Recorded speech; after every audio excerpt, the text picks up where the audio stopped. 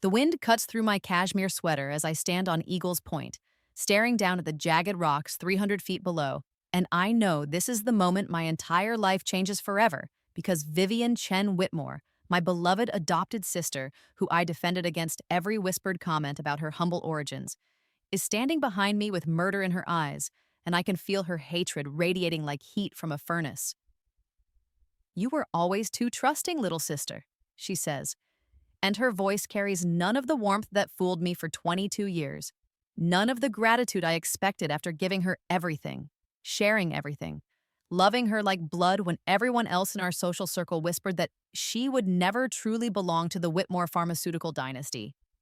I turn to face her, and the expression on her face is so cold, so calculating, that I barely recognize this woman who slept in my room during thunderstorms, who cried in my arms when the boarding school girls were cruel about her scholarship status, who I insisted be written into grandfather Edmund's will as an equal heir, despite Uncle Robert's protest that she wasn't real family. "Vivian, what are you talking about?" I ask. But even as the words leave my mouth, I'm remembering the conversation I overheard 3 hours ago. Her hushed phone call where she told someone that the old man was getting too suspicious, that his lucid moments were becoming more frequent despite the medication adjustments, that she needed to accelerate the timeline because Elena was starting to ask too many questions about his sudden decline. "You found the medical records, didn't you?" she continues, stepping closer to the cliff edge, and I realize with growing horror that this family hiking trip, this annual tradition at our Montana estate, this perfect October afternoon with the autumn leaves blazing gold and red around us, was never meant to be a bonding experience, but rather the perfect isolated location for my murder. "You always were too smart for your own good, too curious about grandfather's medications, too protective of that senile old fool who should have died naturally years ago but keeps clinging to life like the stubborn pharmaceutical titan he's always been." My heart pounds as the pieces click into place with devastating clarity, how grandfather Edmund's sharp business mind began deteriorating right after Vivian convinced him to let her manage his daily medications. How his episodes of confusion always seemed worse after she visited him. How the private nurse she hired was actually helping to systematically poison him with cognitive inhibitors while documenting his decline for the doctors who would never suspect that sweet, devoted Vivian was slowly murdering the man who saved her from poverty and gave her everything. "You've been drugging him," I whisper, and the accusation hangs in the mountain air between us like a death sentence. "For 3 years," she confirms with a smile that's pure ice, and I see her true face for the first time, the face she's hidden behind grateful tears and sisterly devotion, while plotting to steal the $500 million empire that was meant to be mine by birthright, meant to be ours to share if she had just been patient, just been grateful, just been the sister I thought I knew. 3 long years of watching him fade away while you played the perfect granddaughter, the pharmaceutical heiress, the golden child who never had to scrape and fight for every scrap of respect like I did when I was just the housekeeper's daughter begging for charity from the great Whitmore family.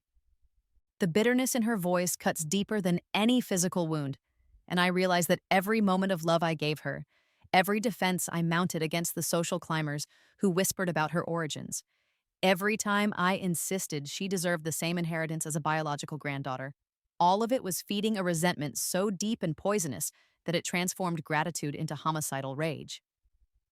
"I defended you," I say, backing away from her advancing form, my designer hiking boots slipping on the loose rocks near the precipice. "I loved you like a real sister. I made sure you were included in everything, in the will, in the business, in the family traditions that you said meant everything to you.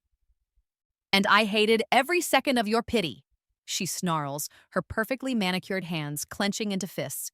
And I can see 7 years of planning in her eyes, 7 years of patience, while she positioned herself as the devoted caregiver, the responsible older sister, the one who could be trusted with family business, while I finished my education at Wharton and played at being a spoiled pharmaceutical princess.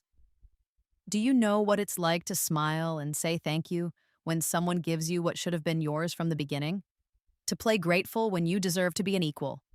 To watch you inherit everything simply because you happened to be born with the right last name while I had to claw my way into this family through pure survival instinct?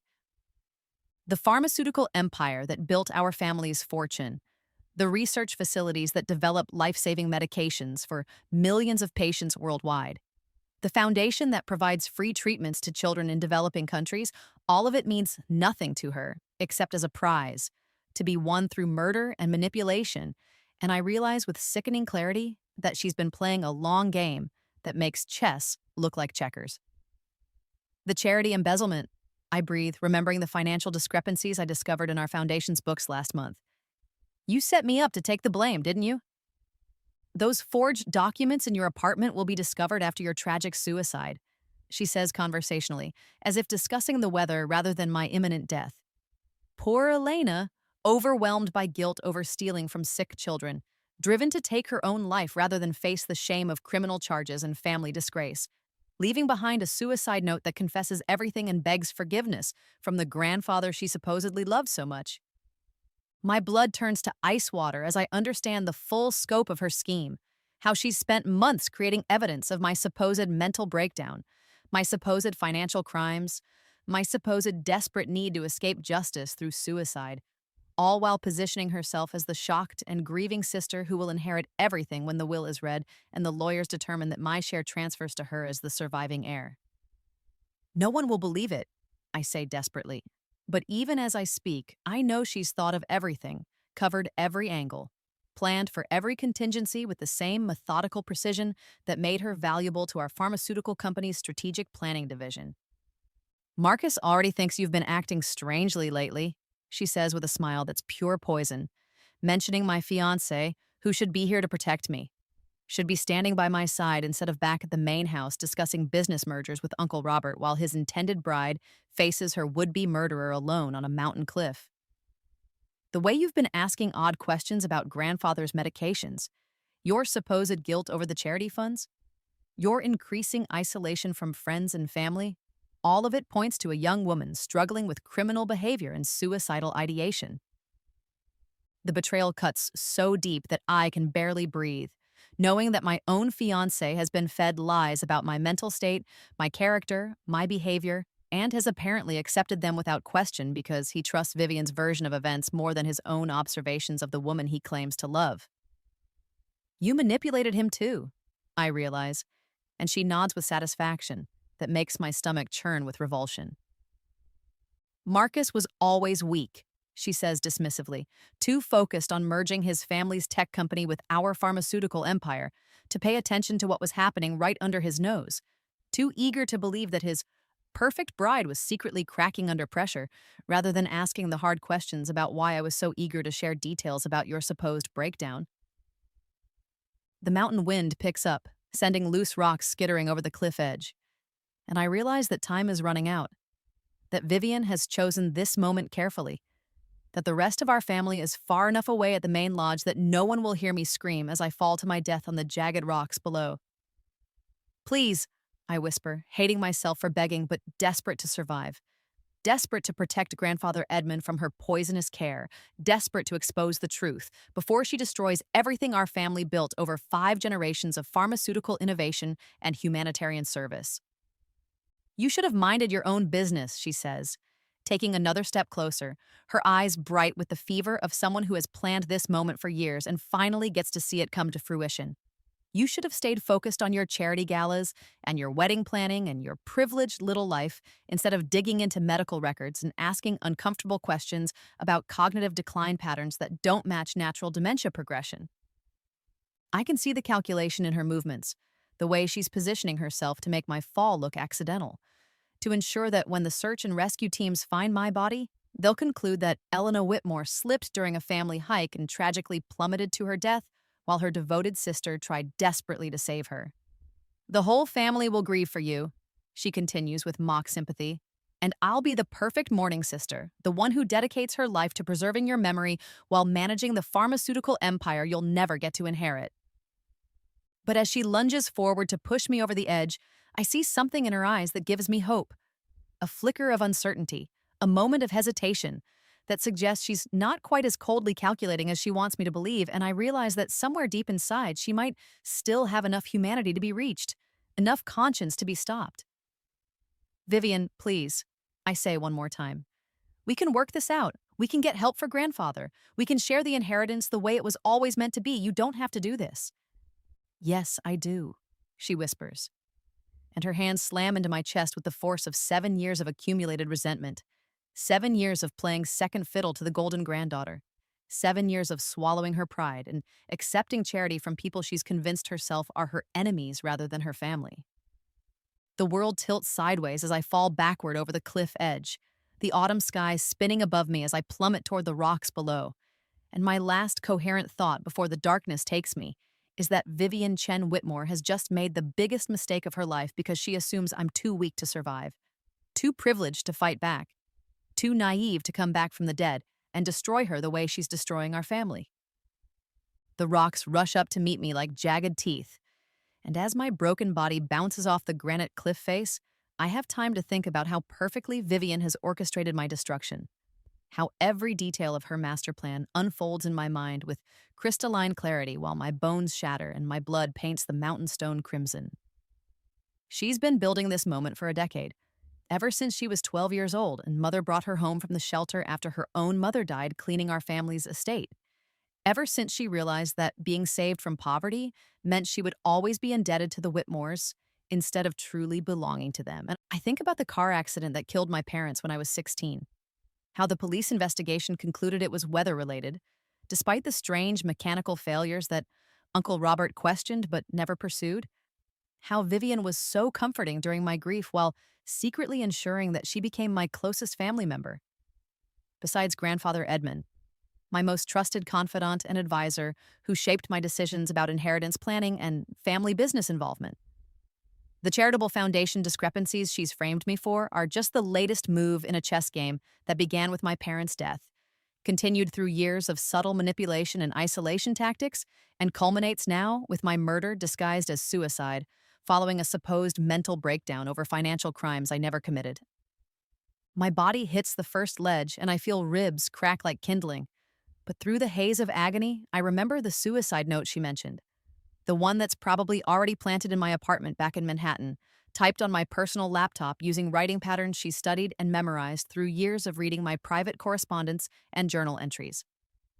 She'll have covered every detail: my supposed guilt over embezzling from sick children, my inability to face family disappointment, my decision to end my life rather than drag the Whitmore name through criminal proceedings that would destroy grandfather's legacy and Uncle Robert's political aspirations. The second impact drives the air from my lungs and sends me tumbling into the granite ravine below.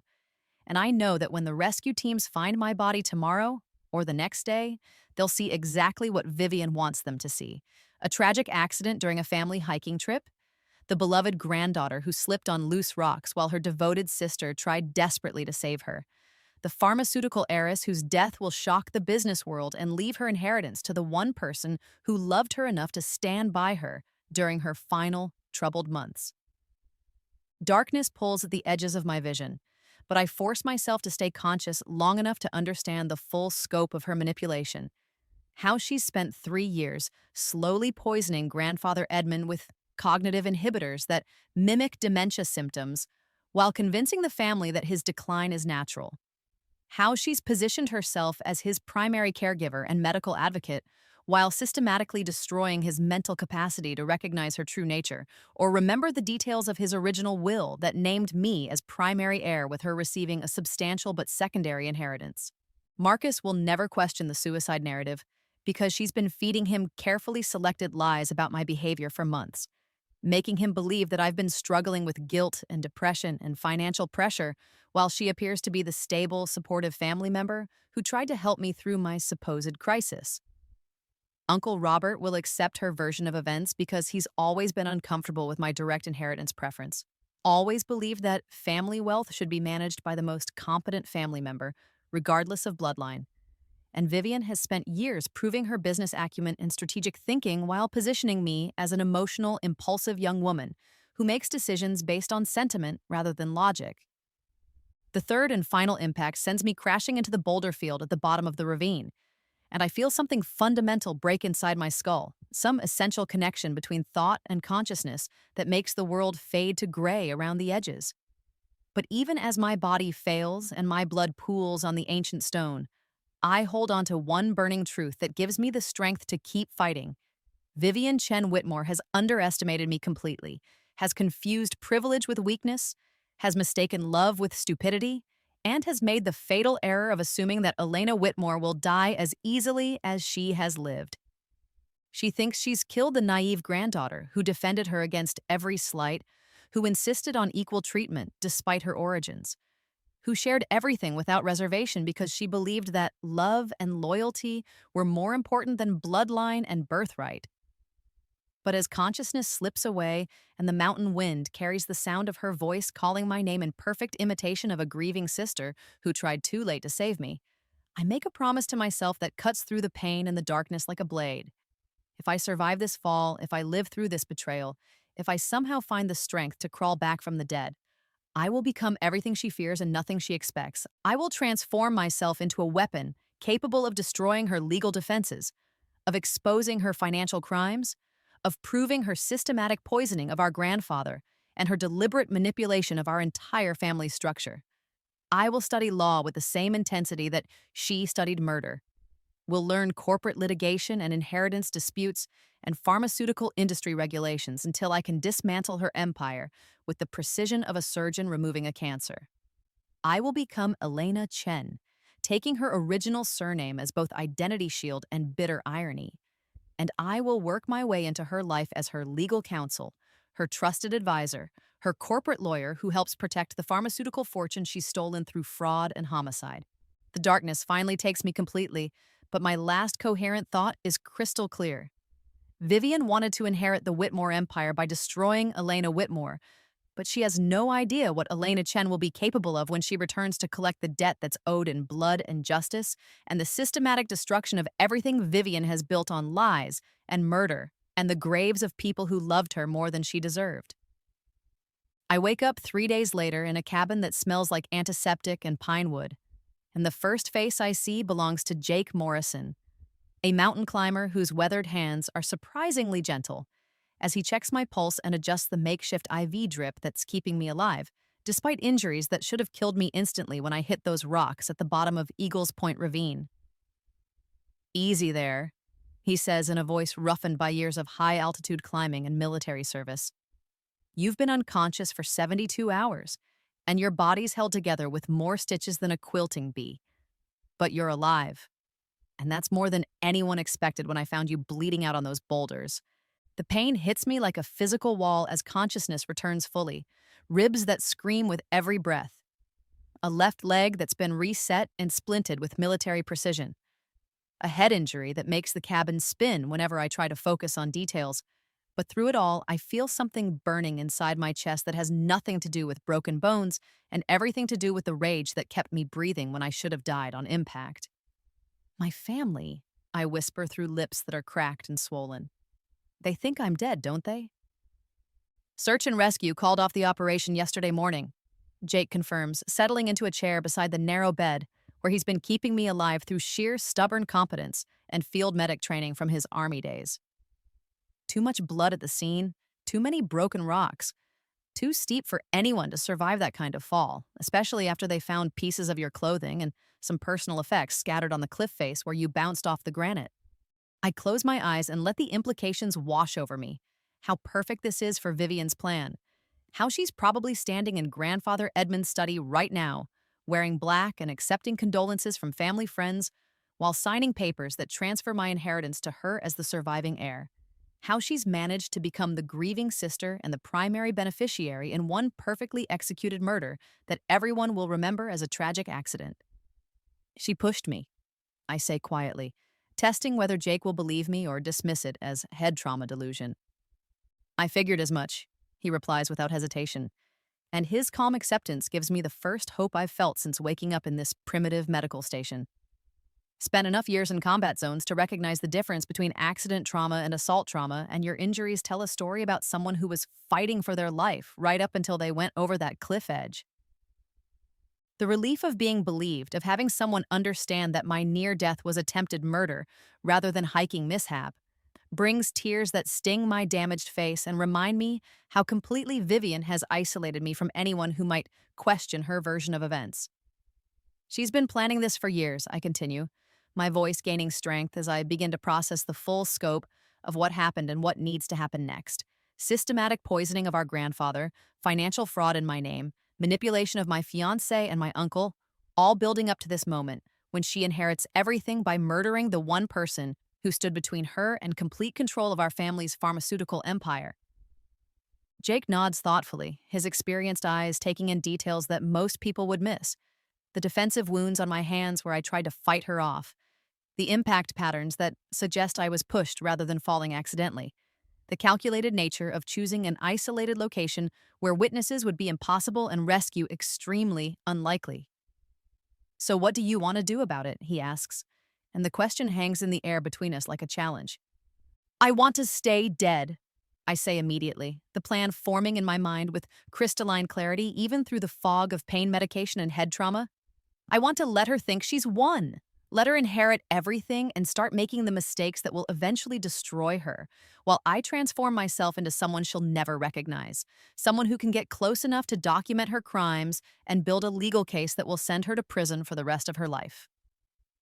The next 6 months pass in a blur of physical therapy and legal study, hidden away in Jake's remote Montana cabin, while I heal from injuries that should have crippled me permanently, but instead forged me into someone harder, colder, more focused than Alana Whitmore ever was or ever could have been.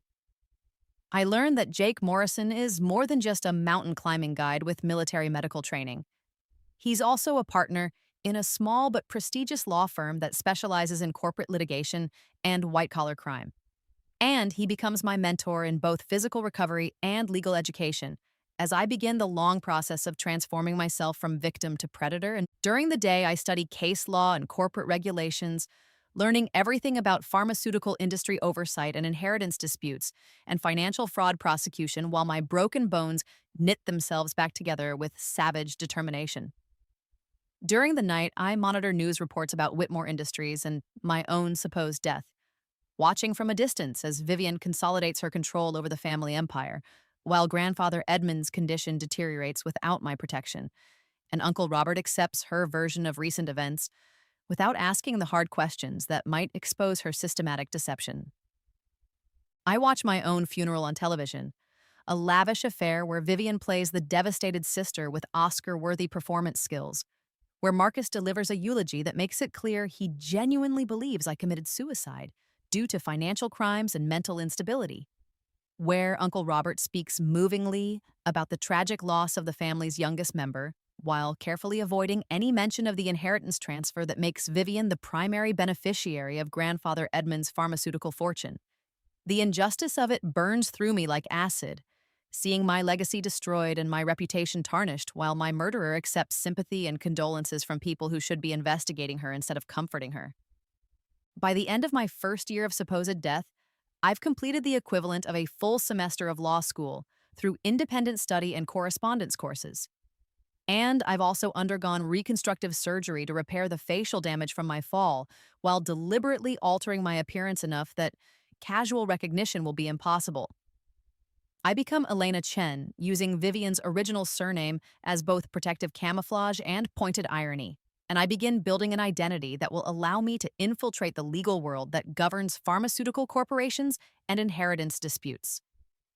Jake's law firm, Morrison and Associates, becomes my professional home and my training ground as I complete an accelerated legal education that focuses specifically on the areas where Vivian is most vulnerable: corporate embezzlement, elder abuse, inheritance fraud, and homicide prosecution. I study every case involving family business disputes and pharmaceutical industry corruption, learning how to build ironclad legal arguments and how to gather evidence that will hold up under the most aggressive defense attorney challenges. By my second year of legal training, I've also been monitoring Whitmore Industries from a distance, documenting every questionable decision Vivian makes as she runs the pharmaceutical empire with the same ruthless selfishness that motivated her to commit murder for inheritance money. She's been systematically stripping the company's assets to fund her lifestyle, embezzling from the charitable foundation to pay for luxury vacations and designer clothing, and continuing to poison grandfather Edmund while isolating him from any family members who might question his rapid cognitive decline. Marcus divorced her after 18 months of marriage when he finally discovered evidence of her financial crimes. But by then, the damage was done, and most of the family fortune had been transferred to accounts she controls exclusively, leaving Uncle Robert and the remaining board members with limited options for challenging her authority without proof of criminal behavior that's been carefully hidden behind layers of legal protection and medical documentation.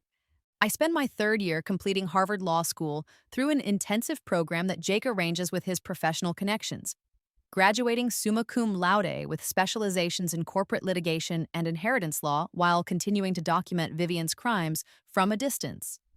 I'm preparing for the moment when I can return to destroy her completely, not through vigilante justice or emotional revenge, but through the systematic application of legal expertise that will expose every crime she's committed and send her to prison for the rest of her life.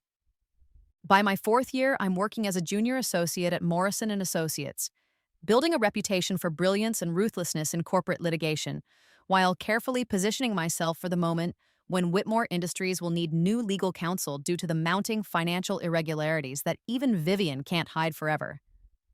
I know that her embezzlement and corporate fraud will eventually require outside legal representation. And when that moment comes, I plan to be the lawyer she trusts to protect her from the consequences of her own crimes. The final 3 years pass in careful preparation and strategic positioning, watching Vivian dig herself deeper into legal trouble while I become Elena Chen, the corporate attorney who specializes in exactly the kinds of problems that Whitmore Industries is beginning to face. I cultivate relationships with pharmaceutical industry contacts, build expertise in inheritance law and corporate fraud defense, and wait patiently for the moment when my legal expertise will become indispensable to the woman who murdered me for money and power.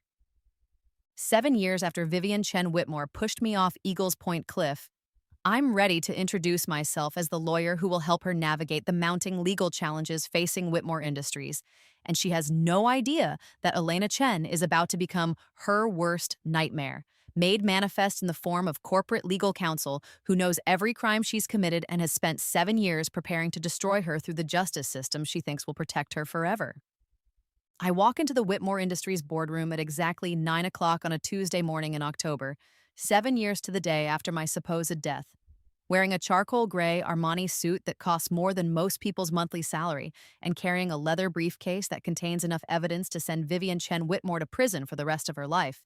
And the first thing I notice is how much older she looks despite the expensive cosmetic procedures that can't quite hide the stress lines around her eyes or the way her hands shake slightly when she thinks no one is watching. "Good morning," I say to the assembled board members, my voice carrying the crisp authority of someone who has spent 7 years studying corporate law and pharmaceutical industry regulations with the single-minded focus of a predator preparing to destroy her prey. I'm Elena Chen from Morrison and Associates, and I'll be serving as your new legal counsel while we address the financial irregularities that have come to light during the recent audit. Uncle Robert looks relieved to see competent legal representation, and the other board members nod approvingly as I take my seat at the polished mahogany table, where 5 generations of Whitmores have made decisions that affected millions of patients worldwide. But Vivian's reaction is pure calculation as she studies my face with the intensity of someone who has spent 7 years looking over her shoulder for threats she can't quite identify. She doesn't recognize me, of course, because Elena Chen bears only a passing resemblance to Elena Whitmore, thanks to reconstructive surgery and 7 years of transformation from naive heiress to ruthless corporate attorney. But I can see her mentally cataloging details about my appearance and demeanor that might prove relevant to her survival. "Morrison and Associates comes highly recommended," Uncle Robert says, clearly grateful that someone with expertise in pharmaceutical law is finally addressing the mounting problems that have been threatening the family business for the past several years. We need someone who understands both the regulatory environment and the inheritance complications we've been facing since my niece's tragic death. I feel a flash of rage at hearing my own death described so casually, but I keep my expression professionally neutral as I open my briefcase and retrieve the preliminary audit reports that detail Vivian's systematic embezzlement and corporate fraud. "I've reviewed the financial records from the past 7 years," I continue smoothly, "and there are definitely some issues that require immediate attention if we want to avoid regulatory action from the FDA and the Securities Exchange Commission." Vivian leans forward slightly, her predatory instincts fully engaged as she realizes that this new legal counsel represents both an opportunity and a threat to her carefully constructed criminal enterprise. "What kind of issues?" she asks, and I can hear the calculation in her voice as she tries to determine whether I'm an ally who can help her hide her crimes or an enemy who might expose them. Primarily involving charitable foundation fund allocation and medication procurement irregularities, I reply, watching her face carefully for signs of panic or recognition. Nothing that can't be addressed through proper documentation and strategic restructuring, but we'll need full cooperation from all family members to ensure compliance with federal pharmaceutical regulations. The relief in her eyes is so obvious that I have to bite my tongue to keep from laughing, because she thinks I'm here to help her cover up her crimes, rather than document them systematically for criminal prosecution. This is exactly what I've been planning for 7 years, to position myself as her trusted legal counsel who helps her navigate the mounting evidence of her financial fraud while secretly building an ironclad case that will destroy her completely. I'm sure you'll find that all family members are committed to protecting grandfather Edmund's legacy, Vivian says with the practiced sincerity of someone who has spent 7 years lying to everyone she meets. We've all worked very hard to maintain the pharmaceutical standards and humanitarian mission that have always defined Whitmore Industries. I nod approvingly while mentally noting the way she positions herself as the devoted family member, rather than acknowledging her role as primary beneficiary of my supposed death. And I realize that she's still playing the same manipulation games that allowed her to murder me and inherit everything while appearing to be the grieving sister who stepped up to preserve the family business during a time of crisis. I'm particularly interested in meeting with you privately to discuss the charitable foundation oversight, I tell her directly, since you've been the primary administrator for those funds since the transition in family leadership 7 years ago. Of course, she agrees immediately, and I can see her mind racing as she calculates how to use this new legal relationship to further protect herself from the consequences of her crimes. I have extensive documentation about all charitable expenditures and can provide whatever information you need to ensure compliance with federal tax-exempt organization requirements. The meeting continues for another hour as I establish my authority as legal counsel and begin the process of systematically reviewing every aspect of Whitmore Industries' operations. But my focus remains on Vivian and the way she responds to different lines of questioning about financial procedures and documentation requirements. She's confident in her ability to manipulate me the same way she's manipulated everyone else for the past 7 years, convinced that Elena Chen is just another corporate lawyer who can be charmed and managed and ultimately controlled through a combination of family loyalty appeals and financial incentives. When the formal meeting ends and the board members file out of the conference room, Vivian approaches me with the kind of smile that used to make me feel loved and protected, but now makes my skin crawl with revulsion. "I'm so glad Uncle Robert found someone with your expertise," she says, extending her hand for a professional shake that allows me to feel the soft skin that used to comfort me during childhood nightmares and now belongs to the hands that pushed me off a 300-foot cliff. I've been feeling so overwhelmed trying to manage all the legal complexities while grieving my sister and caring for our grandfather. "It must have been incredibly difficult," I reply with perfect sympathy. "Losing a family member so young and then having to take on additional responsibilities during your own grief process, especially with the added pressure of maintaining a pharmaceutical company that affects so many patients worldwide." The practiced grief that crosses her face is a masterpiece of manipulation, and I realize that she's genuinely convinced herself that she's the victim in this situation rather than the perpetrator, that my death was somehow necessary for the greater good of the family business, rather than cold-blooded murder motivated by greed and resentment. "Elena was always so passionate about the charitable work," she continues, "and hearing her speak my name with fake affection makes my blood boil with controlled fury. I've tried to honor her memory by maintaining all the humanitarian programs she cared about so deeply." "I'd love to review those programs in detail," I say, knowing that the charitable foundation records will provide some of the strongest evidence of her embezzlement and fraud. "And I'm also interested in understanding the medical care arrangements for your grandfather, since elder care compliance is becoming increasingly complex in the pharmaceutical industry." At that, something flickers in her eyes at the mention of grandfather Edmund. A brief moment of genuine fear that suggests she knows her systematic poisoning of him is the most dangerous aspect of her criminal enterprise, the one crime that could result in murder charges rather than just financial fraud prosecution. Grandfather's care is managed by a wonderful private nursing service, she says carefully, and his doctors are all highly qualified specialists in geriatric medicine and dementia treatment. I'm sure they are. I agree, while mentally noting that I'll need to investigate his medical team thoroughly to determine which healthcare providers are complicit in his poisoning and which ones are simply being deceived by falsified medical records.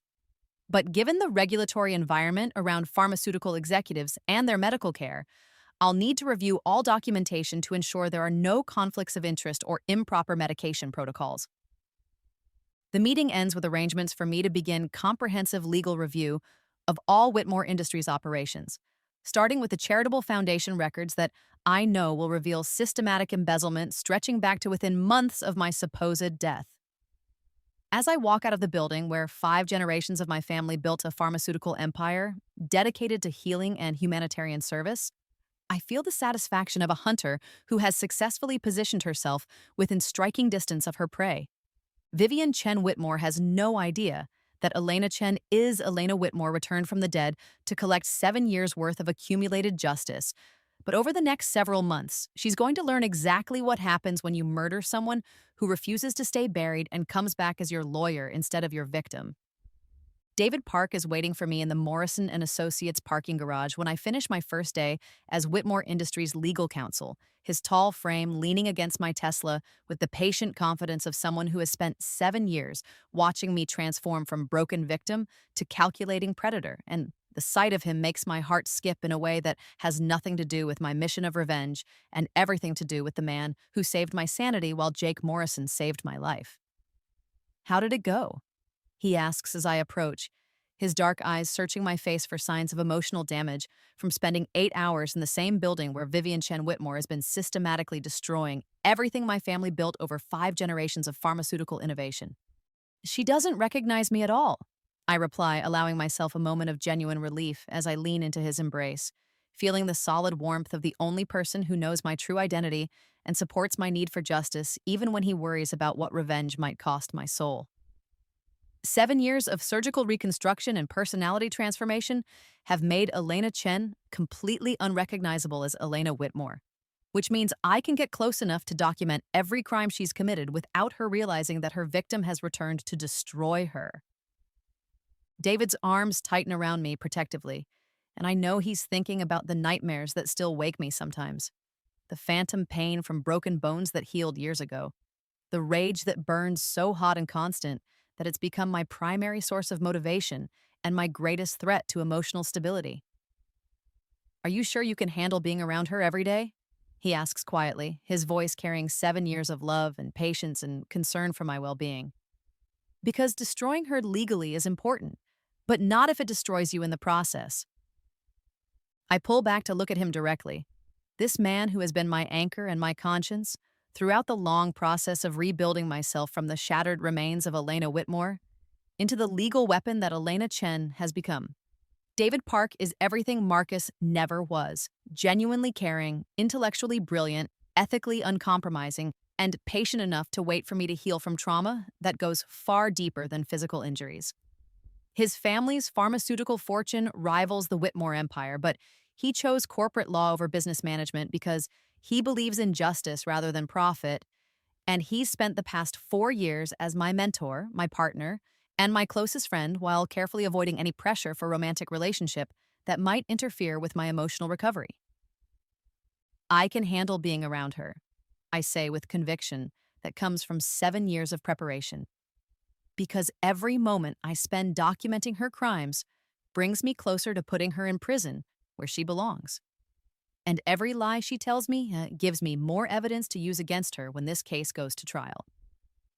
We drive to my apartment in comfortable silence, the downtown Seattle penthouse that David helped me choose specifically for its security features and its strategic location near both Morrison and Associates and the Whitmore Industries headquarters. And as we settle into my living room with takeout from the Thai restaurant that's become our Tuesday tradition, I brief him on everything I observed during my first day as Vivian's legal counsel. "She's embezzled at least $15 million from the charitable foundation over the past 7 years," I begin, spreading the preliminary financial documents across my coffee table like evidence exhibits in a criminal trial. And the medication procurement irregularities suggest she's been systematically overcharging Medicare and Medicaid for pharmaceutical treatments while pocketing the difference through shell companies she's established in offshore accounts. David reviews the documents with the expertise of someone who has spent his entire legal career specializing in pharmaceutical industry fraud, and I can see him mentally cataloging the evidence that will be admissible in court versus the circumstantial information that will require additional documentation. This is definitely prosecutable, he confirmed, but we'll need banking records and pharmacy distribution data to prove the systematic nature of the fraud rather than just administrative errors or accounting mistakes. I'll have access to all of that as legal counsel, I reply, feeling the familiar rush of anticipation that comes from planning complex legal strategy. And I'm also going to investigate the medical care team that's been treating grandfather Edmund, because if I can prove systematic poisoning rather than natural cognitive decline, that elevates this from financial fraud to attempted murder. The conversation continues late into the evening as we plan the methodical approach that will ensure Vivian's complete legal destruction while protecting me from any potential retaliation or criminal liability for working under false identity. David has researched every aspect of my assumed identity creation, and Elena Chen's legal credentials and professional history will withstand any background investigation that Vivian might initiate if she becomes suspicious of her new legal counsel.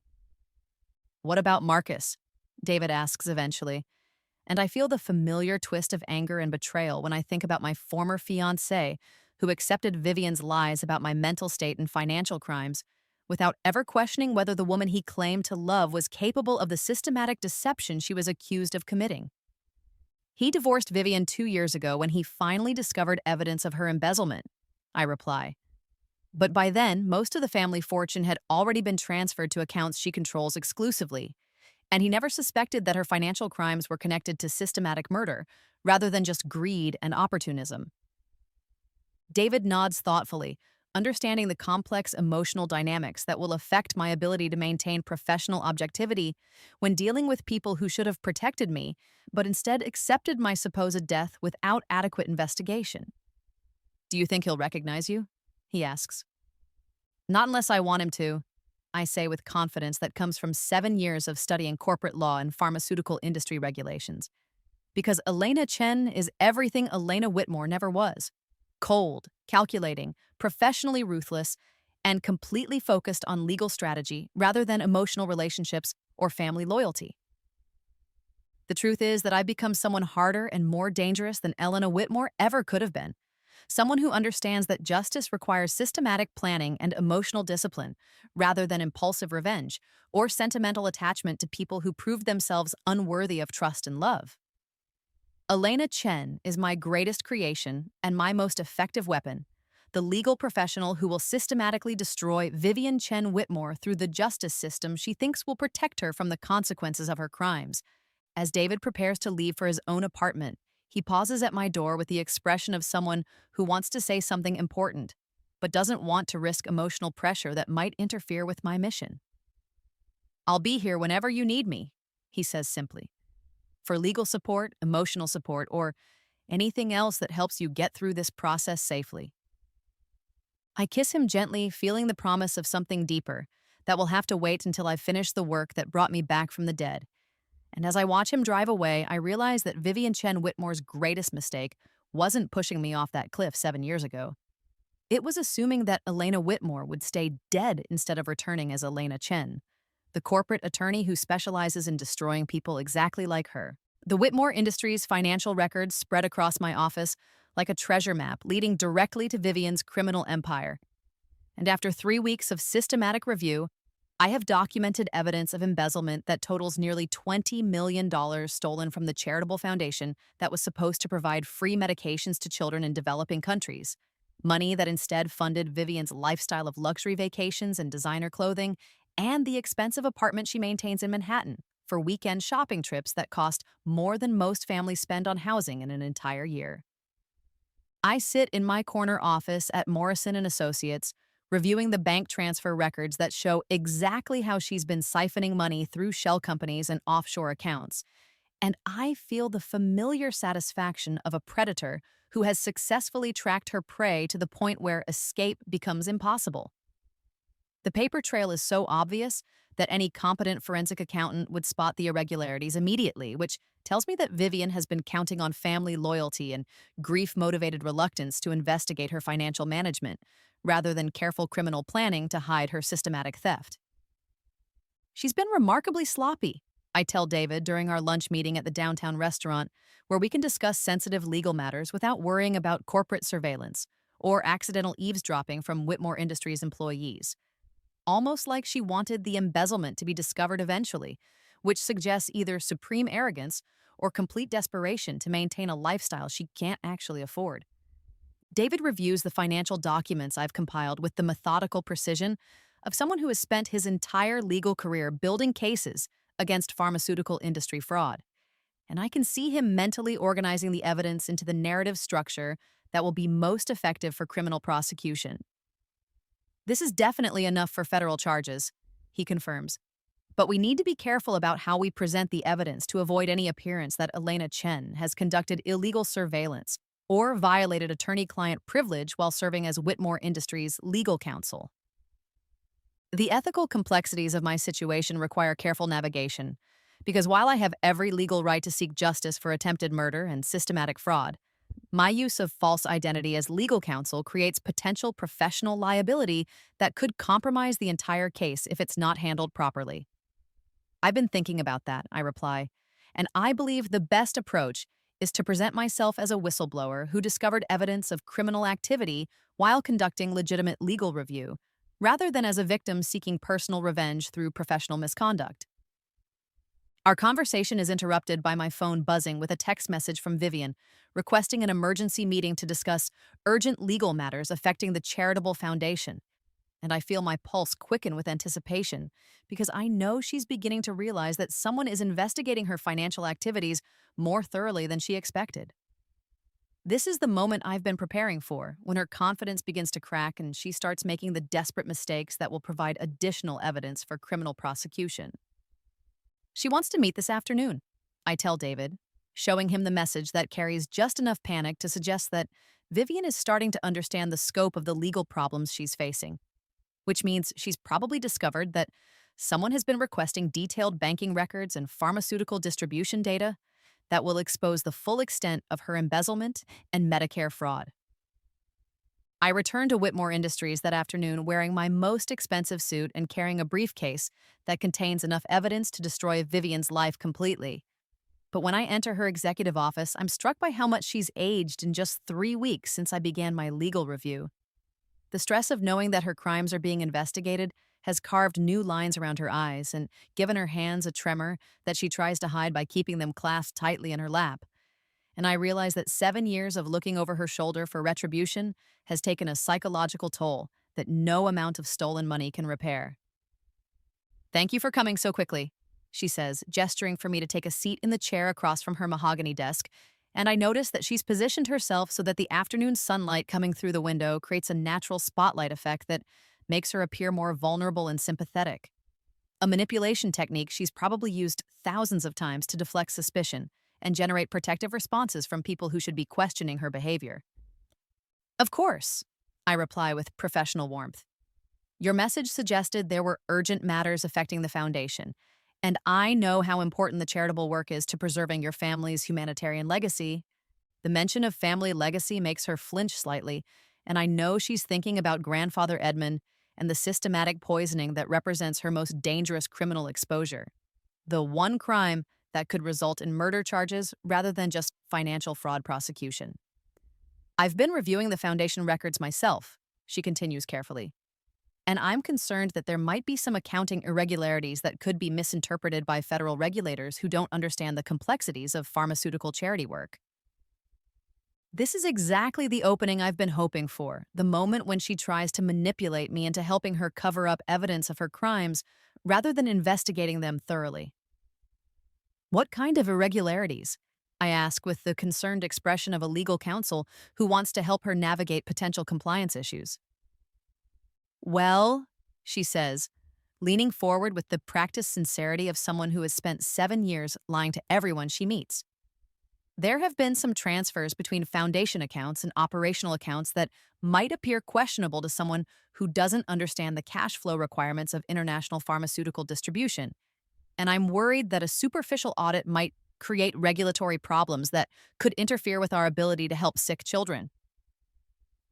The way she frames her embezzlement as humanitarian concern is so perfectly manipulative that I have to admire her skill even while despising her character, because she's attempting to use my supposed concern for charitable work to convince me to help her hide evidence of stealing money from the very children we're supposedly trying to help.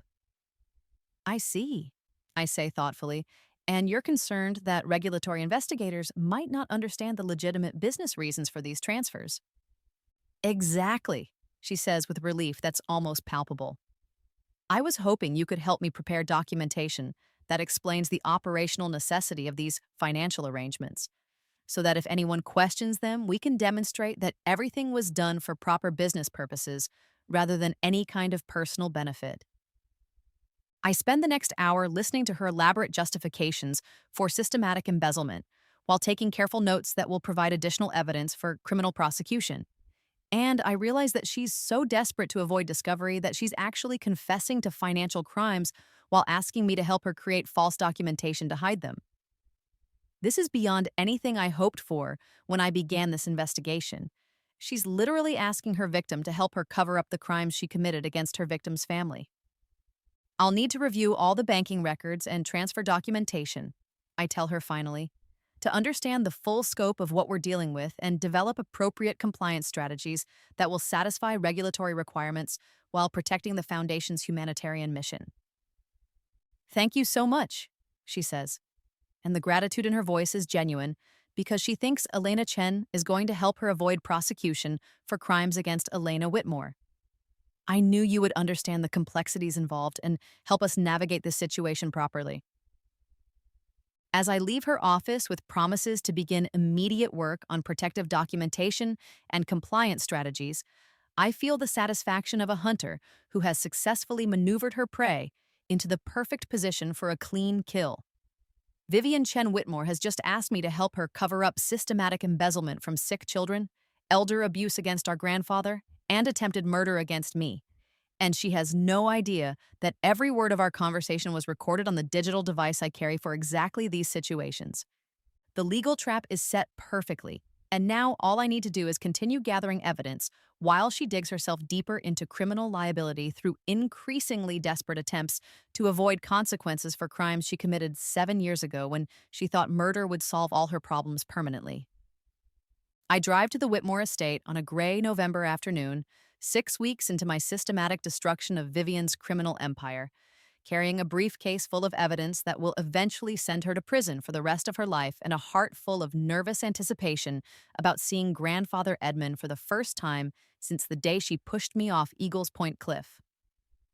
The private nursing facility where she's keeping him isolated from family visitors is a beautiful building with manicured gardens and expensive amenities. But I know that behind the luxury facade lies a systematic poisoning operation that has kept him confused and dependent while she steals his pharmaceutical fortune. Dr. Sarah Chen, the head of his medical team, who I've been investigating for weeks, meets me in the reception area with the kind of professional smile that doesn't quite reach her eyes, and I realize immediately that she's either complicit in Vivian's crimes or simply incompetent enough to miss obvious signs of systematic drug-induced cognitive impairment. Miss Chen, she says, extending her hand for a professional shake, I understand you're reviewing Mr. Whitmore's care arrangements for legal compliance purposes. That's correct, I reply.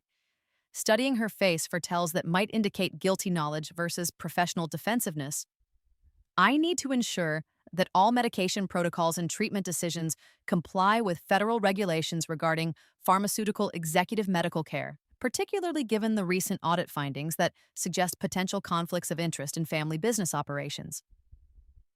I can see her mental calculations as she weighs the benefits of cooperation versus the risks of exposing information that might implicate her in criminal activity. And I realize that Dr. Chen is probably innocent of intentional wrongdoing, but guilty of professional negligence for failing to recognize obvious symptoms of systematic poisoning. Mr. Whitmore's condition has been challenging, she admits carefully. Progressive cognitive decline, consistent with early onset dementia, but his family has been very involved in his care decisions and medication management. The mention of family involvement makes my stomach clench with rage, because I know that family means Vivian and her systematic administration of cognitive inhibitors designed to accelerate his mental deterioration while making it appear to be natural age-related decline.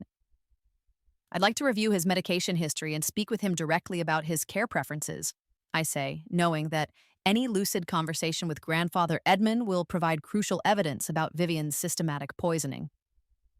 Dr. Chen hesitates, clearly uncomfortable with the idea of unsupervised access to her patient, but unable to refuse a legitimate legal request from the pharmaceutical company's counsel.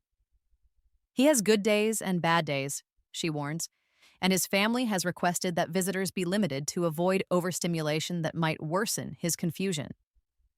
I understand, I reply, while mentally noting that Vivian has been controlling his access to outside contact to prevent anyone from discovering his lucid moments or questioning his rapid cognitive decline. But legal compliance requires direct patient consultation regarding pharmaceutical company executive medical care, particularly given the regulatory scrutiny our industry faces. The walk to Grandfather Edmund's private suite feels like a journey through 7 years of grief and rage.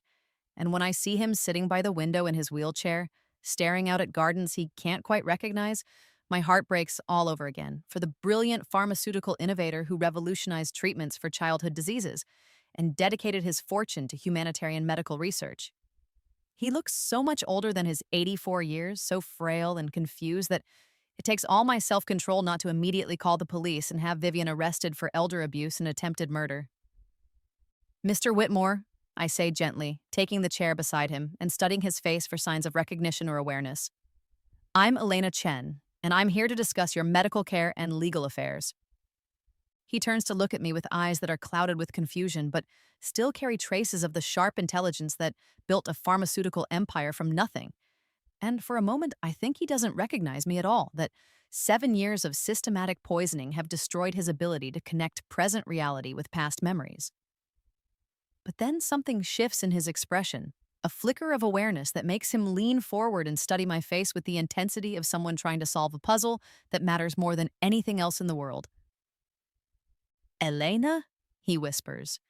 And the way he says my name makes tears spring to my eyes because, despite the drugs and the isolation and the systematic abuse, some part of him remembers the granddaughter who used to read pharmaceutical research papers with him and dream about expanding the family foundation to provide free medications for every child in the world.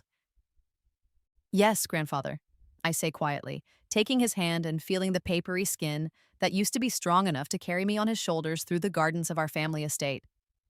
It's me, but you have to be very careful not to let anyone know that you recognize me because the person who's been taking care of you is the same person who tried to kill me 7 years ago. His grip tightens on my hand with surprising strength, and I can see his mind working through the fog of drugs to process what I'm telling him, to understand that his beloved Vivian has been systematically poisoning him while stealing the pharmaceutical fortune he intended to use for humanitarian medical research. She told me you were dead, he says, his voice gaining clarity as the shock of seeing me alive seems to cut through the chemical confusion that's been clouding his thoughts for years. She pushed me off Eagles Point Cliff, I explain, keeping my voice low to avoid any chance of being overheard by nursing staff who might report our conversation to Vivian. But I survived, and I've spent 7 years becoming a lawyer so I could come back and destroy her legally instead of just seeking emotional revenge. The next hour passes in whispered conversation as I explain everything that's happened since my supposed death. How Vivian inherited the family fortune through murder and systematic fraud. How she's been embezzling from the charitable foundation while poisoning him to prevent discovery of her crimes. How I've returned as Elena Chen to build a legal case that will send her to prison and restore the pharmaceutical empire to its proper humanitarian mission. Grandfather Edmund's lucidity improves dramatically as we talk, as if my presence and the truth about Vivian's systematic abuse are providing an antidote to years of chemical-induced confusion. And I realize that much of his cognitive decline has been artificial rather than natural. That with proper medical care and protection from poisoning, he could recover most of his mental capacity and business acumen. I suspected something was wrong, he admits, his voice growing stronger as his mind clears. But every time I tried to investigate her financial management or question her medication decisions, the confusion would get worse and I'd forget what I was worried about until I started thinking that paranoia about Vivian was just another symptom of my deteriorating mental state. That's exactly what she wanted you to think, I reply. Because cognitive inhibitors administered in small doses over time can mimic dementia symptoms while being virtually undetectable in standard medical testing, especially if the prescribing physician isn't specifically looking for evidence of systematic poisoning. Ew.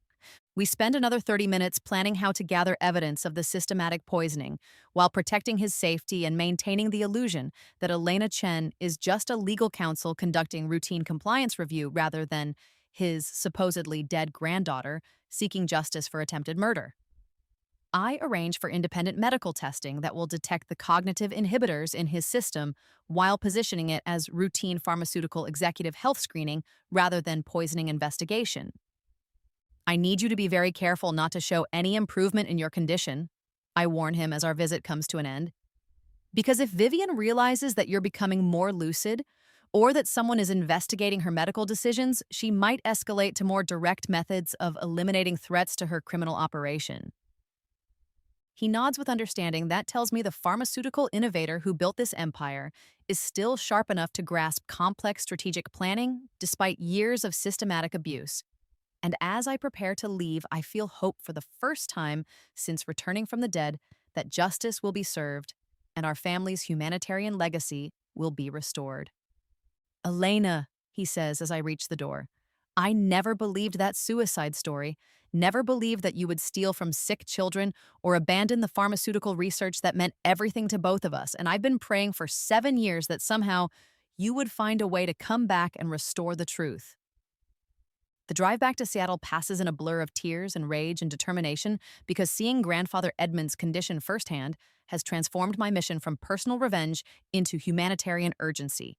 Every day that Vivian remains free is another day that she continues poisoning him and stealing money from children who need life-saving medications. David is waiting for me at my apartment with takeout and wine and the patient understanding of someone who knows that some battles require more courage than others. And as I collapse into his arms and tell him about the successful reunion with grandfather Edmund, I feel the weight of 7 years of grief and isolation finally beginning to lift. She's going to pay for everything she's done, I say with conviction, that comes from seeing the evidence of her crimes written in the confusion and frailty of the man who raised me to believe that pharmaceutical innovation could heal the world. And when she's finally in prison where she belongs, grandfather Edmund and I are going to rebuild Whitmore Industries into everything it was supposed to be before greed and murder poisoned our family legacy. The annual Whitmore Foundation Gala arrives on a cold December evening, the pharmaceutical industry's most prestigious charity event, where 500 of the wealthiest and most influential people in healthcare gather to celebrate humanitarian medical research while I prepare to destroy Vivian Chen Whitmore in front of everyone who matters in our professional and social circles. I stand in front of my bedroom mirror, adjusting the midnight blue Valentino gown that cost more than most people's cars, checking the discreet recording device hidden in my diamond bracelet and the backup evidence files loaded onto the tablet I'll be using for my presentation. And I feel the cold satisfaction of a predator who has spent 3 months maneuvering her prey into the perfect position for a public execution. David adjusts his tuxedo in the mirror beside me, his reflection showing the same mixture of anticipation and concern that's been in his eyes ever since we finalized the plan to expose Vivian's crimes during her own moment of supposed triumph as Foundation chairwoman. Are you absolutely certain about this? He asks one final time, his voice carrying 7 years of love and professional respect and genuine worry about what public revenge might cost my soul and my legal career.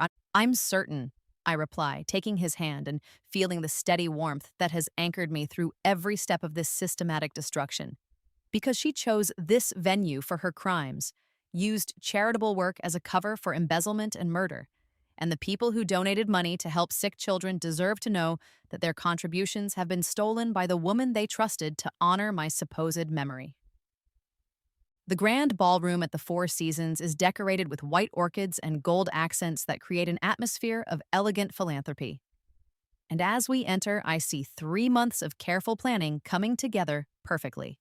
the pharmaceutical industry executives who need to understand that Whitmore Industries has been compromised by criminal leadership, the federal regulatory officials who will provide oversight for the criminal investigation that begins tonight, the family, friends, and social connections who believed Vivian's lies about my suicide and deserve to learn the truth about systematic fraud and attempted murder. Vivian greets us near the entrance wearing a cream-colored Oscar de la Renta gown that probably cost $50,000 stolen from the foundation accounts. Her smile radiant with the confidence of someone who believes she's successfully gotten away with murder and systematic embezzlement for 7 years while building a reputation as the devoted sister who preserved our family's humanitarian legacy despite tragic personal loss. Elena, she says warmly, taking my hands in hers with the practiced affection that used to comfort me and now makes my skin crawl with revulsion. Thank you so much for all your work on the legal compliance issues. You've been such a blessing during this challenging time for our family. It's been my privilege, I reply with professional warmth that hides 7 years of accumulated rage. And I'm honored to be part of tonight's celebration of the important work your foundation does for children around the world. And the cocktail hour passes in careful social maneuvering as I position myself strategically among the guests who will serve as witnesses to tonight's revelation, making sure that Uncle Robert and the Whitmore Industries board members are seated where they'll have clear sightlines to the presentation area, confirming that the federal pharmaceutical regulatory officials are present and alert, ensuring that Marcus is positioned to hear every word of the confession that will vindicate his ex-wife's accusations about Vivian's systematic deception and financial crimes. I catch sight of Marcus near the bar, looking older and more serious than he did 7 years ago when he was planning to marry Elena Whitmore, and I feel a complex mixture of anger and pity for the man who should have questioned Vivian's version of my supposed suicide, but instead accepted her lies without adequate investigation. He divorced her 2 years ago when evidence of embezzlement became undeniable, but he never suspected that her financial crimes were connected to systematic murder, rather than just greed and opportunism. Ladies and gentlemen, Vivian says as dinner concludes and the formal program begins, taking the podium with the graceful confidence of someone who has spent 7 years perfecting her performance as the grieving sister who dedicated her life to preserving her family's charitable mission. Welcome to the annual Whitmore Foundation Gala, where we celebrate 7 years of continued growth in our humanitarian medical research and our commitment to providing life-saving treatments for children who need them most. The applause is warm and genuine because everyone in this room believes they're supporting legitimate charity work rather than attending the final act of a criminal enterprise that has stolen millions of dollars from sick children while systematically poisoning an elderly pharmaceutical executive for inheritance money. I wait through 20 minutes of awards presentations and donor recognition ceremonies, my heart rate steady and my mind focused on the evidence files that will transform this elegant fundraising event into a criminal exposition. And now, Vivian continues, I'd like to introduce Elena Chen from Morrison & Associates, who has been working with us on legal compliance and strategic planning, and who has some important updates about our foundation's future initiatives. I take the podium with the calm authority of someone who has spent 3 months preparing for this moment. My tablet containing audio recordings and financial documents and medical evidence that will destroy Vivian's life completely while vindicating my own memory and protecting grandfather Edmund from further abuse. The ballroom falls silent as 500 of the most powerful people in pharmaceutical industry wait to hear about charitable initiatives that will supposedly help children around the world. Thank you, Vivian. I begin, my voice carrying clearly through the sound system to every corner of the ballroom where pharmaceutical executives and federal regulators and family friends wait to learn the truth about systematic fraud and attempted murder disguised as humanitarian charity work. And thank you all for your generous support of what you believed was legitimate medical research and charitable treatment programs for children in need. I can see confusion beginning in the audience as they process my word choice. What you believed, rather than what is. And I notice Vivian's expression starting to shift from confident triumph to nervous uncertainty as she realizes that Elena Chen's presentation is not going according to the script they discussed. Over the past 3 months, I continue, I've conducted a comprehensive legal review of the Whitmore Foundation's financial operations, and I'm here tonight to present evidence of systematic embezzlement totaling more than $20 million stolen from donations intended to provide life-saving medications for sick children around the world. The ballroom erupts in shocked murmurs as guests begin to understand that this charity gala has become a criminal exposition, and I can see Vivian's face going pale as she realizes that her trusted legal counsel is about to destroy her publicly in front of everyone who matters in her professional and social world. Furthermore, I announce, raising my voice to cut through the growing commotion, I have evidence of systematic elder abuse involving the deliberate poisoning of Edmund Whitmore with cognitive inhibitors designed to accelerate dementia symptoms while facilitating inheritance fraud, and most importantly, I have evidence of attempted murder committed 7 years ago against the primary heir, whose death allowed this criminal enterprise to continue. I activate the audio recording that captures Vivian's confession about the financial irregularities and her request for help covering up systematic embezzlement, her voice filling the ballroom with admissions of criminal activity that will be admissible evidence in federal court. Ladies and gentlemen, I say as the recording concludes and the audience sits in stunned silence, I present to you Vivian Chen Whitmore, the woman who murdered Elena Whitmore by pushing her off Eagles Point Cliff 7 years ago. I should know because I am Elena Whitmore, and I survived to come back and expose the truth about the crimes committed against my family and against every child who should have received medical treatment funded by your generous donations. The revelation hits the ballroom like a physical explosion, 500 guests simultaneously realizing that they're witnessing the return of a murder victim who spent 7 years preparing to destroy her would-be killer through systematic legal exposition. I can see Uncle Robert's face showing relief and vindication and genuine joy at learning that his beloved niece survived Vivian's attempt to murder her, while Marcus looks devastated as he understands that he failed to protect the woman he claimed to love and accepted her suicide story without adequate investigation. Vivian herself appears to be in complete shock, her face cycling through disbelief and recognition and growing terror as she realizes that Elena Chen is Elena Whitmore, returned from the dead to collect 7 years of accumulated justice. "That's impossible," she whispers into the microphone, but her voice carries clearly through the sound system and provides additional evidence of her guilty knowledge about my supposed death.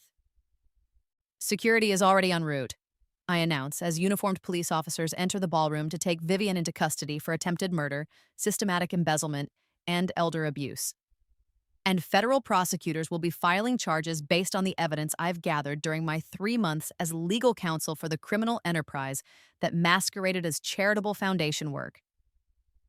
The arrest happens quickly and efficiently, Vivian offering no resistance as the handcuffs close around her wrists, and she's read her rights in front of 500 witnesses who now understand that they've been contributing to criminal activity rather than humanitarian medical research.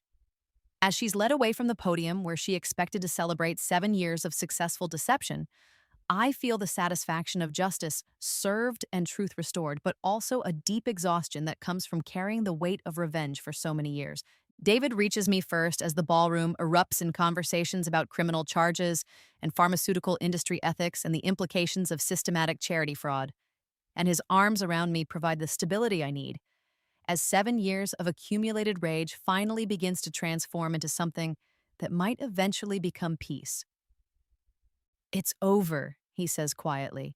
"She'll never hurt anyone again, and now you can focus on rebuilding your family's legacy instead of destroying her criminal empire." Uncle Robert approaches with tears in his eyes and genuine remorse for accepting Vivian's version of my death without adequate investigation, while Marcus hangs back at the edge of the crowd looking like a man who has just realized that his failure to question obvious lies contributed to 7 years of continued criminal activity against the woman he claimed to love. "Elena," Uncle Robert says, "I'm so sorry I didn't fight harder to investigate your supposed suicide.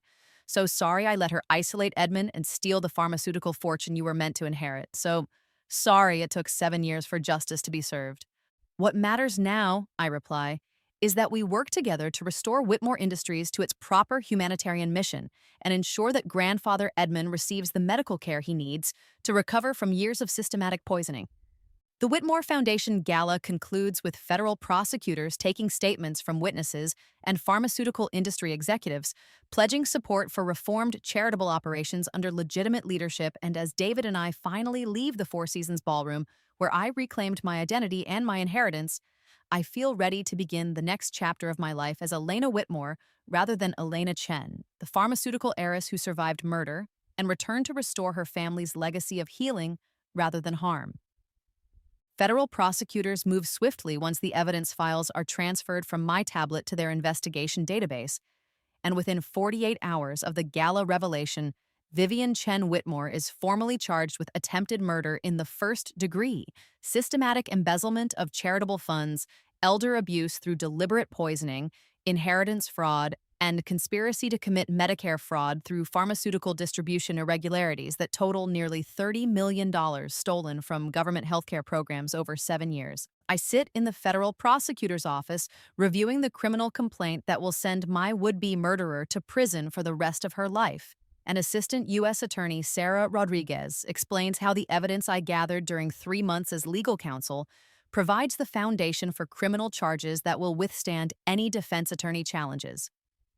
The audio recordings are particularly damaging, she says, pointing to transcripts of Vivian's confessions about financial irregularities and her requests for help covering up systematic embezzlement, because they demonstrate consciousness of guilt and deliberate criminal intent, rather than administrative errors or accounting mistakes.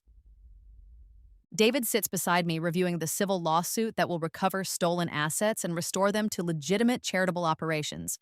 His expertise in pharmaceutical industry litigation ensuring that Whitmore Industries emerges from this scandal with enhanced reputation for ethical business practices, rather than permanent damage from association with criminal leadership.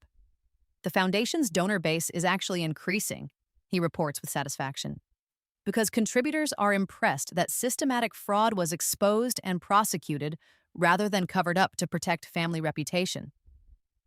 The trial preparation takes 6 months of intensive work with federal prosecutors and forensic accountants and medical experts who will testify about the systematic poisoning that kept grandfather Edmund confused and dependent, while Vivian consolidated her control over the pharmaceutical empire she inherited through attempted murder.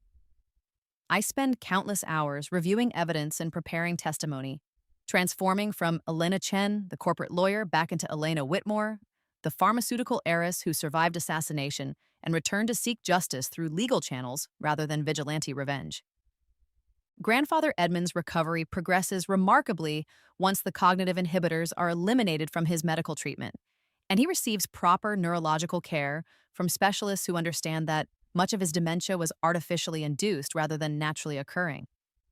His testimony during depositions provides crucial evidence about Vivian's systematic manipulation of his medications and her isolation tactics that prevented family members from recognizing signs of deliberate poisoning rather than age-related cognitive decline. She was always asking about the will, he tells prosecutors during videotaped testimony that will be used at trial, his voice strong and clear now that his mind is free from chemical confusion, always suggesting changes to inheritance distribution that would benefit her more than Elena, always finding reasons why Elena shouldn't be involved in day-to-day business operations that might give her too much information about financial management and charitable foundation oversight. The pharmaceutical industry response exceeds my expectations as competitors and colleagues rally around Whitmore Industries to demonstrate that criminal behavior by individual executives does not reflect systemic problems with humanitarian medical research and charitable treatment programs. Our stock price recovers completely within 3 months, and several major competitors offer strategic partnerships that will enhance our ability to provide life-saving treatments for children in developing countries who were the intended beneficiaries of donations that Vivian stole for personal luxury expenses. Marcus attempts to approach me during one of the preliminary hearings, his face showing genuine remorse for accepting Vivian's lies about my mental state and financial crimes, without questioning whether the woman he claimed to love was capable of systematic deception and suicide, rather than murder victim who needed protection and investigation. Elena, he says carefully, I know I don't deserve forgiveness for failing to investigate your supposed death properly, but I want you to know that I've spent the past 7 years feeling guilty about not doing more to help you when Vivian said you were struggling with criminal behavior and suicidal ideation. You did what you thought was right based on information from someone you trusted. I reply with the emotional distance that comes from 7 years of transformation from naive heiress to calculating attorney. But the fact that you trusted her version of events more than your own observations of my character tells me everything I need to know about what our relationship was actually worth to you. He flinches at the cold assessment, but doesn't argue with conclusions that we both know are accurate. Marcus chose the easy path of accepting Vivian's manipulation rather than the difficult work of questioning obvious lies and investigating suspicious circumstances surrounding my supposed suicide. His failure to protect me when I needed it most has created a gulf that cannot be bridged by apologies or expressions of belated remorse. The trial itself becomes a media sensation as pharmaceutical industry observers and true crime enthusiasts follow every detail of systematic fraud and attempted murder disguised as family tragedy, and I testify for 3 days about Vivian's decade-long manipulation campaign that culminated in her pushing me off Eagles Point Cliff to inherit a $500 million empire. My testimony is calm and factual, focusing on evidence rather than emotion, demonstrating that Elena Whitmore has become someone harder and more focused than the naive young woman who trusted her adopted sister without reservation.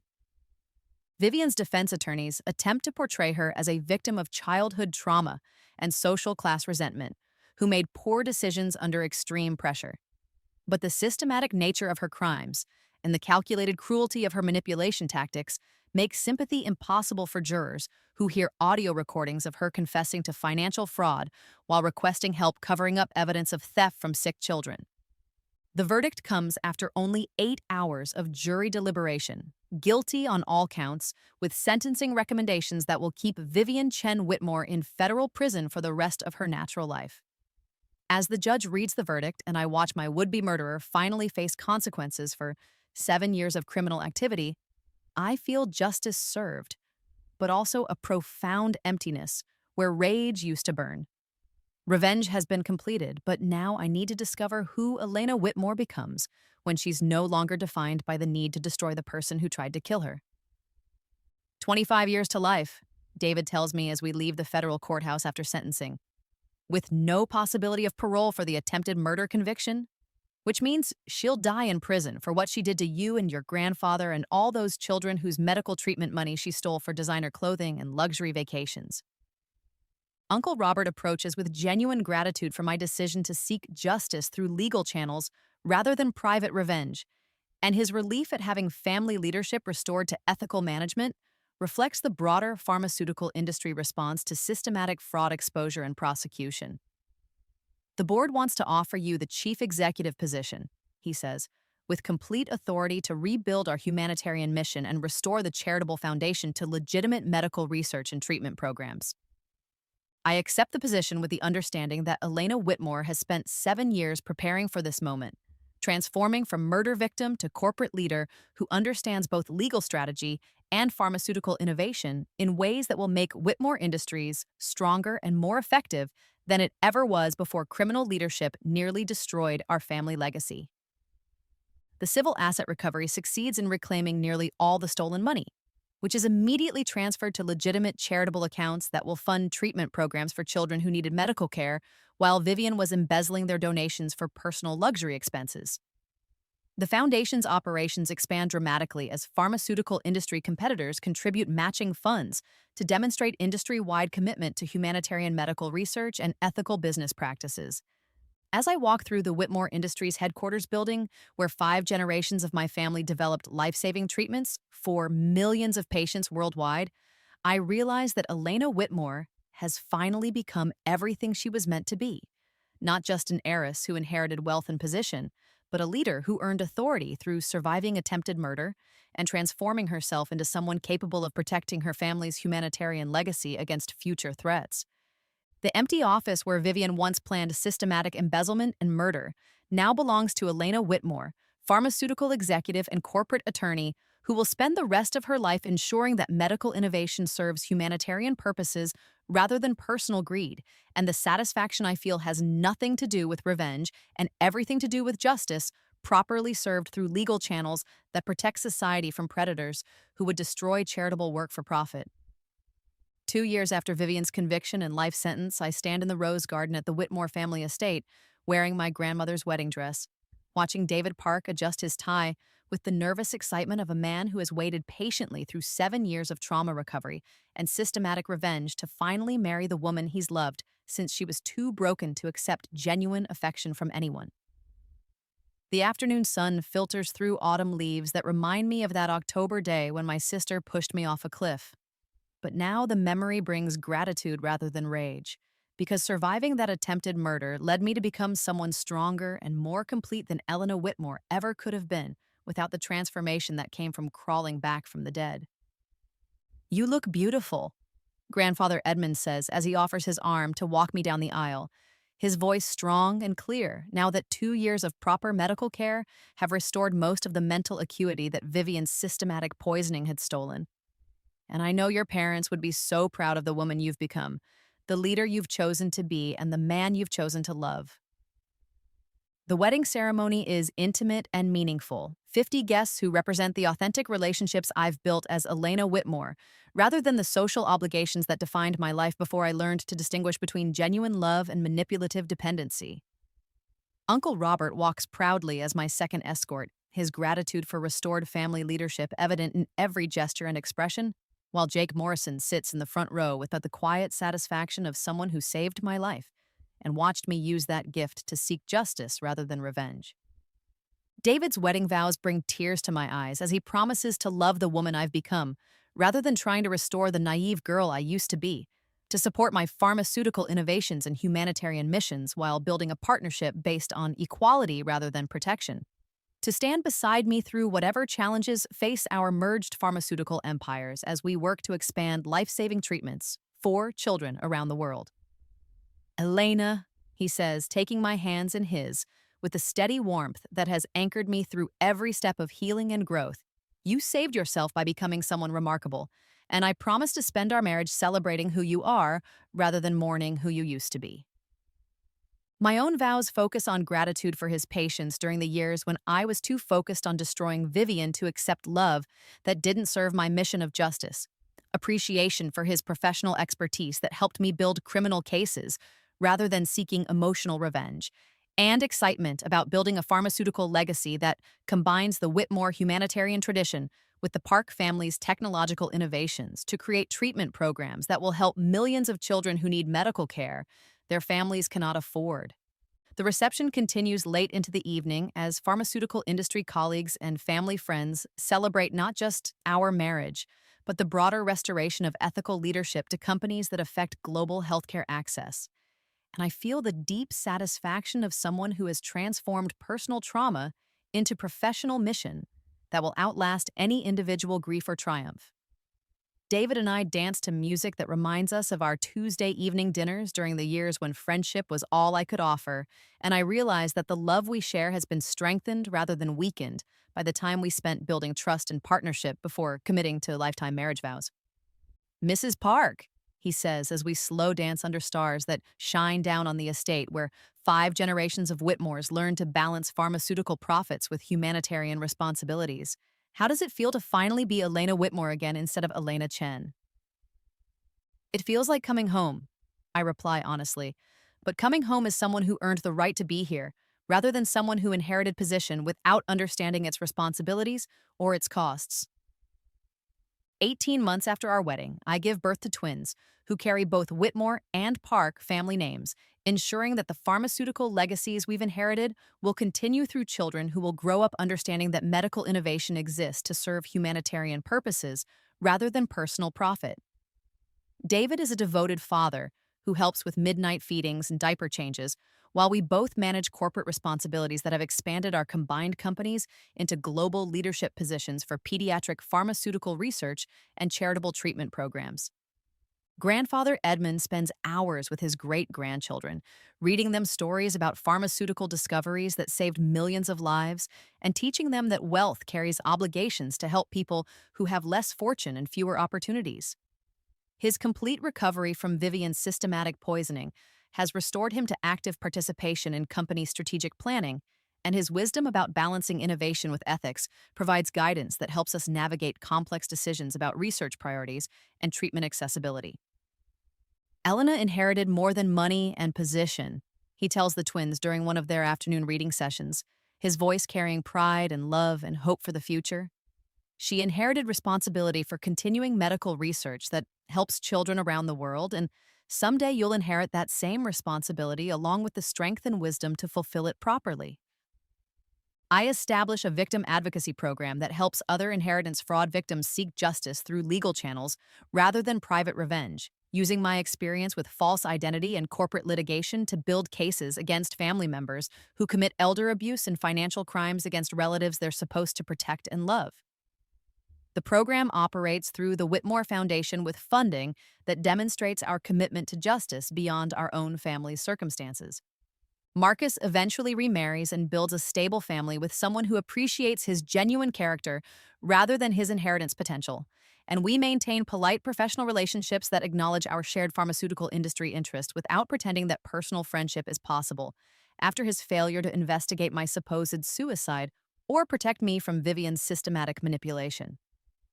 His children attend the same private schools as mine, and I'm grateful that time has transformed bitter disappointment into neutral acceptance of past failures that cannot be changed. The final chapter of Vivian's story comes 3 years after her conviction when she dies in federal prison from a suicide that prison officials rule as mental health crisis rather than external violence, and I feel closure rather than satisfaction at learning that the woman who tried to murder me has finally faced consequences that end her ability to harm anyone else. Her death allows me to release the last remnants of rage that motivated my transformation from victim to prosecutor, and I realize that Elena Whitmore's future will be defined by humanitarian achievements rather than criminal justice victories. She's really gone, David says when we receive news of Vivian's death, his arms around me providing comfort and stability as I process the complex emotions that come from outliving someone who shaped 7 years of my life through attempted murder and systematic fraud. And now our children will grow up in a world where they're completely safe from her influence and manipulation. I visit her grave once, bringing white flowers that represent forgiveness rather than friendship. And I tell her that I hope she finds peace in death that she never managed to create in life, that her crimes have been exposed and punished, but that her victim chose reconstruction over destruction and healing over hatred. The conversation is for my own closure rather than any belief that she can hear me. And as I walk away from the cemetery, I feel finally free from the need to define myself in relation to someone who tried to destroy me but ultimately failed completely. 10 years after our wedding, David and I have built Whitmore Park Pharmaceuticals into the world's leading developer of pediatric treatments, with charitable programs that provide free medications to more than 1 million children annually and research facilities that train humanitarian medical professionals who carry our mission to communities that lack adequate healthcare infrastructure. Our twins are healthy and happy children who understand that their inheritance includes both privilege and responsibility. And they spend summer vacations working in foundation clinics that serve underprivileged families around the world. Mama, my daughter asks during one of our evening conversations about family history and pharmaceutical innovation, why did Aunt Vivian try to hurt you when you loved her so much? Sometimes people become so focused on what they want that they forget how to appreciate what they have, I explained carefully. And Aunt Vivian wanted things that belonged to other people, instead of being grateful for the love and opportunities our family gave her when she needed help. But you forgave her, my son observes with the wisdom of a child who has been raised to understand that justice and mercy can coexist. And you used what happened to help other people instead of just being angry forever. That's right, I confirm, because staying angry would have hurt me more than it hurt her. And I decided to become someone who builds things rather than someone who destroys them, even when destruction might feel easier or more satisfying in the moment. The pharmaceutical empire that grandfather Edmund built from nothing, that my parents expanded through international humanitarian partnerships, that Vivian nearly destroyed through systematic fraud and attempted murder, has been restored to its proper mission of healing rather than harm. And the children who will inherit it understand that medical innovation exists to serve humanity rather than personal profit. As I tuck my twins into bed in the mansion where I grew up dreaming about expanding charitable medical programs around the world, I realize that Elena Whitmore's story is ultimately about transformation rather than revenge, about choosing to build rather than destroy, about discovering that love and justice can coexist when they're grounded in service to others rather than satisfaction of personal grievances. The woman who was pushed off Eagles Point Cliff 7 years ago died on those rocks as surely as if Vivian's murder attempt had succeeded completely. But Elena Whitmore was reborn as someone stronger and more purposeful than she ever could have become without surviving systematic betrayal and attempted murder by someone she trusted more than her own judgment. I fall asleep beside my husband in the bedroom where I used to have nightmares about falling through space toward jagged rocks. And my dreams now feature pharmaceutical laboratories where brilliant researchers develop treatments that save children's lives, charitable clinics where dedicated medical professionals serve families who cannot afford healthcare, and boardrooms where ethical leaders make decisions that balance profit with humanitarian responsibility. The pharmaceutical legacy continues through children who will never know the fear of systematic betrayal because they're growing up with parents who understand that trust must be earned through consistent action rather than accepted based on family obligation or social expectation. And the Whitmore name, once again, represents medical innovation that serves humanity's healing rather than one person's greed. Justice has been served, love has been found, and the pharmaceutical empire that was nearly destroyed by systematic fraud and attempted murder has been restored to its proper mission of developing life-saving treatments for children around the world who deserve medical care regardless of their family's financial circumstances or geographic location. Elena Whitmore survived her own murder to become someone remarkable, and the woman who pushed her off that cliff ultimately died in prison, while her intended victim built a pharmaceutical legacy that will heal millions of children for generations to come.